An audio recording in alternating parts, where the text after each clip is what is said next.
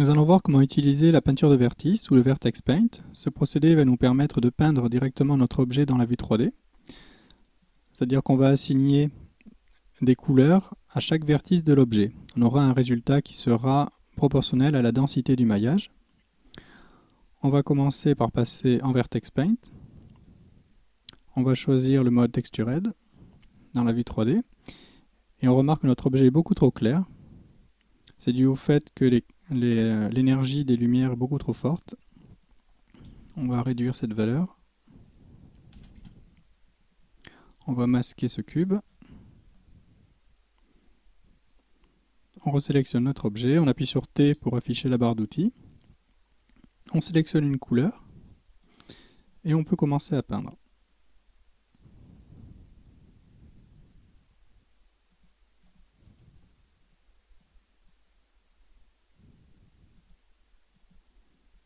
Encore une fois, plus le maillage est dense et plus on aura de détails sur la peinture. Et si on appuie sur F12, on remarque qu'on n'a absolument aucun résultat au rendu. Il va falloir créer un nouveau matériau, peu importe la couleur, aller dans les options et cocher Vertex Color Paint pour afficher la peinture de vertice. On va ajouter un petit peu de lumière avec l'ambient occlusion, la valeur Add et avec une puissance à 0,6.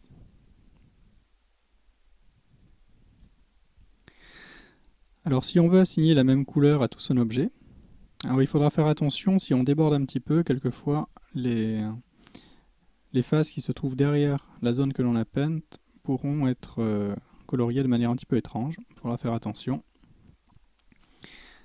Alors si on veut assigner la même couleur à tout son objet, il faudra aller dans Paint et Set Vertex Color, ou majuscule K.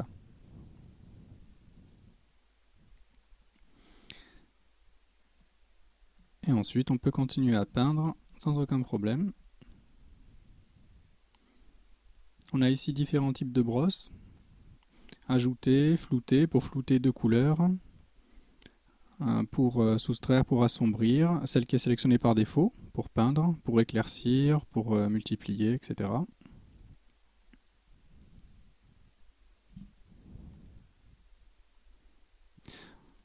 On a bien entendu la taille de la brosse qui est variable avec la lettre F, comme dans le Sculpt Mode, et la force avec majuscule F. On a aussi la forme de la brosse qui est paramétrable ici, exactement comme avec le Sculpt Mode.